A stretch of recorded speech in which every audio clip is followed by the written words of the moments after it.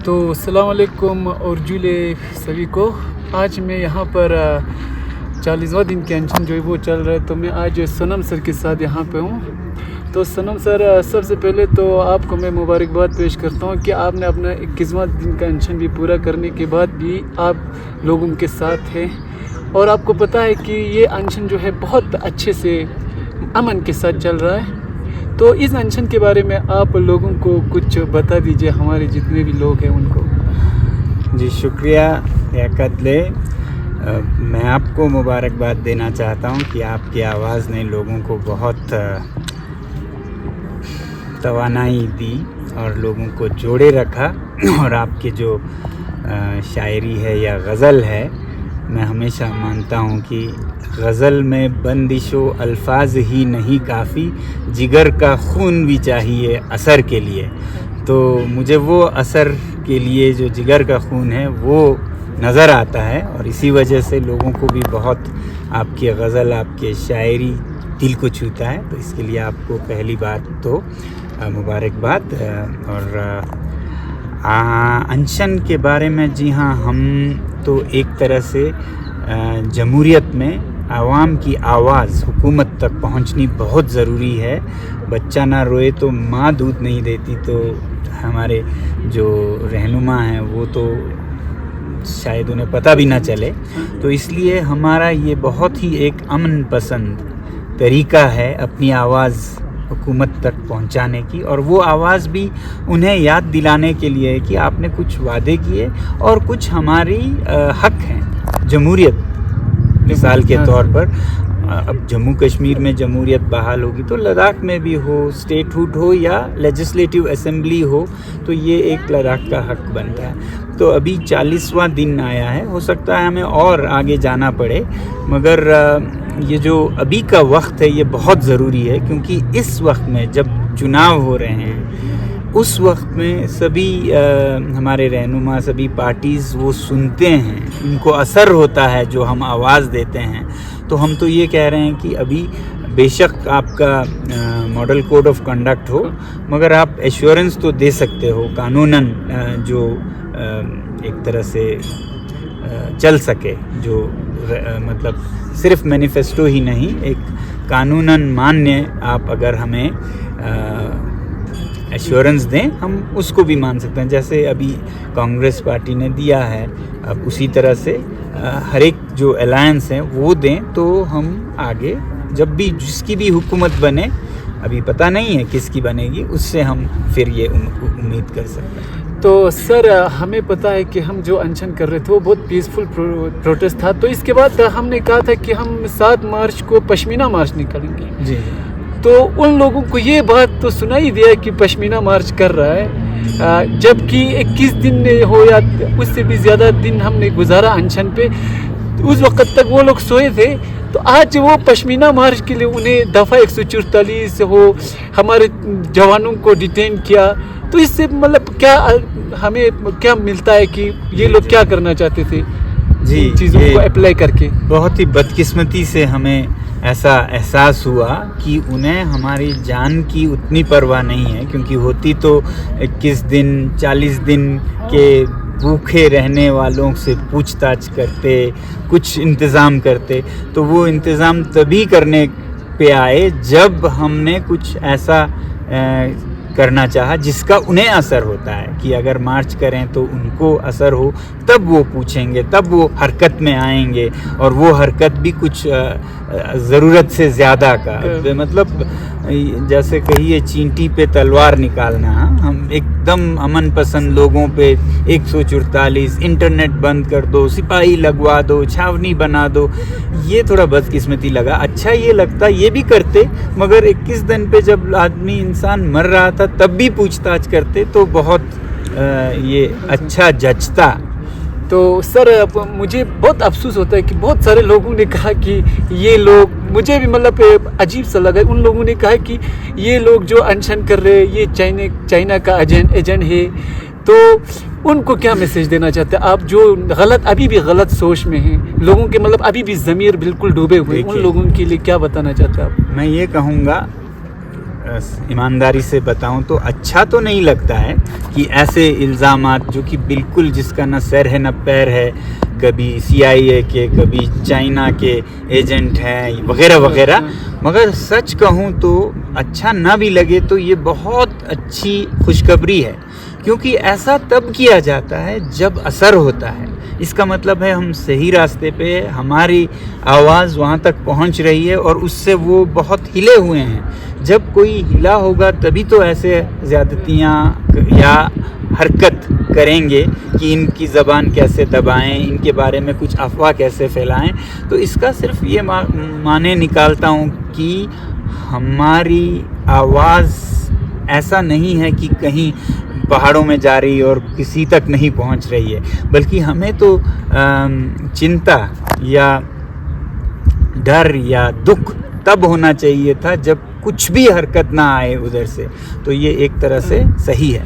तो सर ये अनशन जब हम रख रहे हैं, मतलब अनशन अभी भी कंटिन्यू चल रहा है, मतलब एक चीज़ बहुत सारे अफवाह देते कि ये सोनम वांगचुक सर जो है खुद मतलब इलेक्शन की चक्कर में ये कर रहा है, या वो सब ऐसे इल्ज़ाम बिल्कुल दिल को मतलब मानता नहीं, बहुत दिल दुखता है सर कि मैं खुद यहाँ पर बैठा हूँ और आपके सामने ही रहा हूँ और मैंने आपका मतलब देखा है कि कौम के लिए कितना दर्द है। जब दूसरे लोग ये कहते हैं कि इसको मतलब MP इलेक्शन का चक्कर है, तो आप इस पे इनको क्लियर बता दें कि इसका जवाब क्या है, तो लोगों को ये क्लियर कर दे सर। ये बहुत दुख की बात है कि अपने कौम के लिए, वतन के लिए, उसके मुस्तकबिल के लिए सामने आके कदम उठाना तो छोड़िए, कोई और उठाए तो वो भी लोगों को समझ नहीं आता है। वो इसमें भी कोई खुदगर्जी ढूंढते हैं कि इसका कुछ ज़रूर मकसद होगा। मैं ये कहना चाहता हूँ कि हर चीज़ किसी मकसद से ही नहीं होता है। एक माँ अपने बच्चे को दूध पिलाए तो इसके बाद ये दे, मैं कल इससे ये लूँगी, ऐसा नहीं होता है। वो सिर्फ बिना किसी उसके एक्सपेक्टेशन जिसे कहते हैं ना, उसके भी कर सकता है, जो सच्चा मोहब्बत हो अपने इलाके से। तो मैं तो ये कहूँगा कि सभी को आगे आना चाहिए, बजाय इसके कि जो आगे आएँ, जो खुद पे बहुत जुल्म उठा रहे हों। आपने भी उठाया, हमने भी उठाया। 21 दिन भूखा रहना कोई आसान नहीं है। ये तरीका नहीं है कोई MP या किसी इलेक्शन में जाने का। आराम से खाते पीते जाते हैं जो जाते हैं, वो इतने दुख और तकलीफ़ नहीं उठाते हैं, और उठाते हैं तो फिर किसी मकसद के लिए, कौम के लिए उठाते हैं। एक शेर मुझे याद आया, जिनके होंठों पे हंसी, पाँव में छाले होंगे, हाँ वही लोग तेरे चाहने वाले होंगे।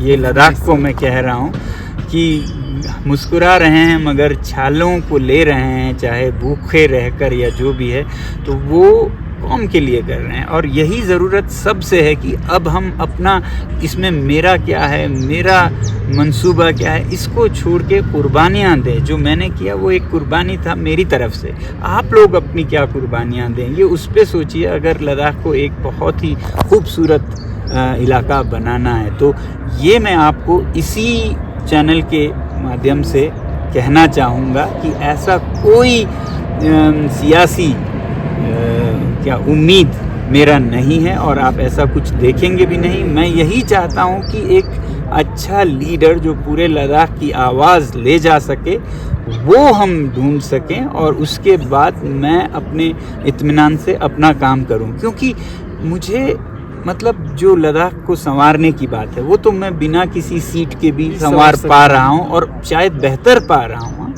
या कोई पावर की ज़रूरत नहीं है, जितना मुझे ज़रूरत है तवानाई की, वो तो मुझे अपने काम से मिलता है। ना मुझे किसी दौलत, पैसे, शोहरत की कमी है। जो भी ज़रूरत थी खुदा ने दिया है, तो मुझे ये सब क्यों, बल्कि हम इस पे वक्त ज़ाया ना करें और सही से कैसे लद्दाख को बनाएं उस पे ध्यान दें। तो सर आपकी एक बातें मुझे बिल्कुल हिट करते हैं सर, क्योंकि आपने 2018-19 में मुझे कहा था कि यूनिटी चाहिए एक इलेक्शन के लिए, क्योंकि अभी इलेक्शन का दौर है। कुछ लोग बहुत सारी चीज़ें फैला के मतलब गेन करना चाहते हैं। आज लेह के जो एपेक्स बॉडी हो या KDA हो, कारगिल डेमोक्रेटिक अलायंस, उन लोगों को इन चीज़ों को देखना चाहिए। और रही बात, एक यूथ होने के नाते मैं एक आइडिया रखता हूँ सर, कि मैं सोचता हूँ कि दोनों आपस में बातचीत करें बिल्कुल। और जो मतलब वो लोग सोच रहे हैं उनकी सोच विचार को हम ख़त्म करके अपना यूनिटी एक बार दिखा के उनको बता दें कि एक हम क्या ऐसा नहीं कर सकते कि 5 साल के लिए हम केडीए के पास देख के आप एक अच्छा खासा मतलब पढ़ा लिखा इंसान चुनाव जो लद्दाख की कौम की खिदमत कर सके। इस तरह की खिदमत नहीं जो अभी हम झेल रहे हैं। और दूसरी बात हम उसको लिख के दें कि एपेक्स को या कि एपेक्स बॉडी आप लोग पहले इन चीज़ 5 साल अपना एमपी बनाए, फिर 5 साल कारगिल वालों के लिए लिख दे।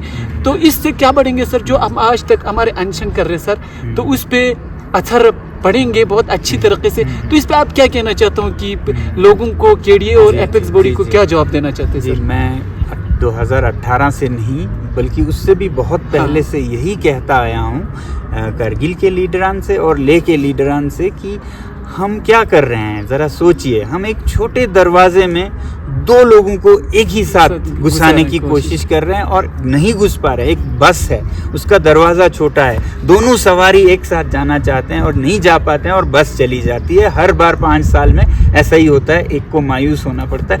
ऐसा क्यों कर रहे हैं? जबकि हम में एक हम आहंगी हो, भाईचारा हो, तो बारी बारी एक आप जाइए उसके बाद मैं जाऊंगा, ये है एक तरह का सिविलाइज्ड तरीका। तो इसलिए मैं ये सोचता हूँ खासकर इस साल बहुत ही शानदार साल है जब कारगिल और ले दोनों आज तक जितना हम आहंगी नहीं हुआ, ऐसा यकजहती कारगिल और ले में हम देख रहे हैं, क्योंकि एक ऐसा मकसद है, कॉज है जिस पे सब यकजा हैं। तो ऐसे में हमें कौन सीट पे बैठे, वो फलाना हो या ढिमकाना हो, इस पे नहीं जाना चाहिए किसी शख्स के नाम पे, हाँ, या मैं हूँ कि आप हैं।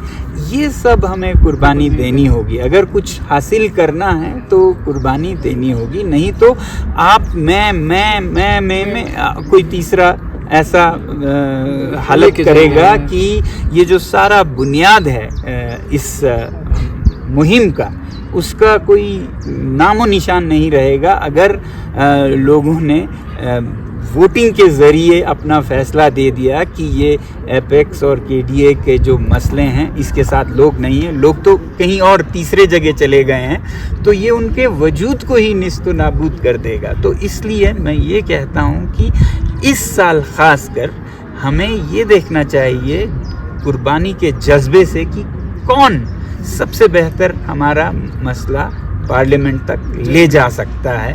चाहे वो कारगिल में हो तो कारगिल से किसी को पूरा लद्दाख कंसेंसस से भेजे। अगर ले में है, इस बार कौन मुनासिब रहता है, अगर वो ले में है तो ले वाले को भेजे, मगर एक बहुत बड़ा शर्त है कि अगर ले से कोई जाता है, जैसे कहा थुप्स्तान रहनुमाई कर रहे थे, या कारगिल से हमारे 3 जो लीडर्स हैं, कोई भी इनमें से जाते हो, तो ये हम में बड़प्पन होना चाहिए कि अगर ले से गया तो अगली बार कारगिल से जाएगा ही जाएगा, ऐसा मुआहदा होना चाहिए। अगर कारगिल से हो तो अगली बार ले से ही हो, ऐसा मुआहदा होना चाहिए, बल्कि शख्सियत पर ना जाके कॉज पर हमें फैसला करना हो। तो सर जाने से पहले मुझे यही एक बात बताऊंगा कि अभी ये कौम जो है इस हालत पे है, केडीए हो एपेक्स बॉडी हो, उनको बस मेरा यही जवाब है कि अगर कौम को संवारना है तो भी आप लोगों के हाथ में है, और कौम को डुबाना है तो भी आप लोगों के हाथ में है। इसके मुहावरे से मैं क्या कहना चाहता हूँ वो आप लोग समझे होंगे। सर जाने से पहले मतलब कुछ लोग वो फिर भी वो कर रहा है, उन लोगों के लिए सर कुछ कहूँगा कि मैं कि बना रखी है गैरों से भी उसने, वो लद्दाखियों के साथ भी लगावट कर रहा है।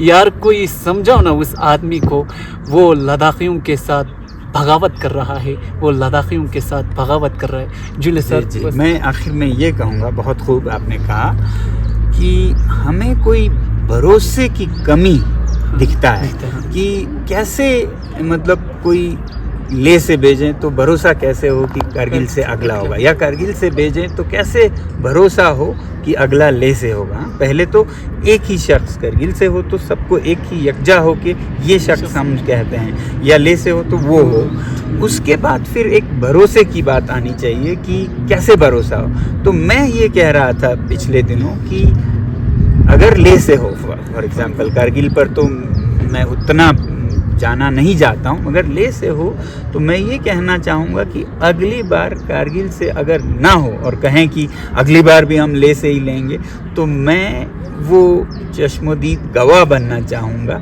कि अगर इसमें भी इंसाफ नहीं हो तो मैं 21 दिन तो क्या 42 दिन का अनशन करूँगा इस मुआहदे को बराबर रखने के लिए कि अगर ले से है तो अगला कारगिल को मिलना होगा, नहीं मिले तो मैं यहाँ अनशन पे बैठूँगा, या कारगिल करे तो लेह को मिलना चाहिए, नहीं हो तो मैं गारंटी बैठूँगा, ऐसे किसी रहनुमा को गारंटी देनी होगी। और अगर इधर की बात हो तो मैं खुद को पेश करना चाहूँगा एक कुर्बानी के तौर पर। याद रखिएगा, ये साल कुर्बानियों का साल है, ये साल मफाद सीधे करने का, उल्लू सीधे करने का साल नहीं है। अगर कोई भी बड़ा लीडर है तो वो ये समझेगा, नहीं तो वो फिर पॉलिटिशियन ही हुए, स्टेट्समैन नहीं हुए। और आज हमें ज़रूरत है स्टेट्समैन की जो मकसद को समझे, दूर देख सके और अपना फ़ायदा न देखे।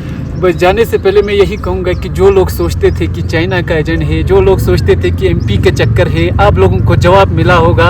और अगर जवाब मिला है तो मैं बहुत खुश आज फील कर रहा हूँ, क्योंकि बहुत सारे गलत कमेंट मुझे दे रहा था। आज आप लोगों को सनम सर ने जवाब दिया है। वस्सलाम वालेकुम जुले सर। जुले खुदा खुदा हाफिज़। जी।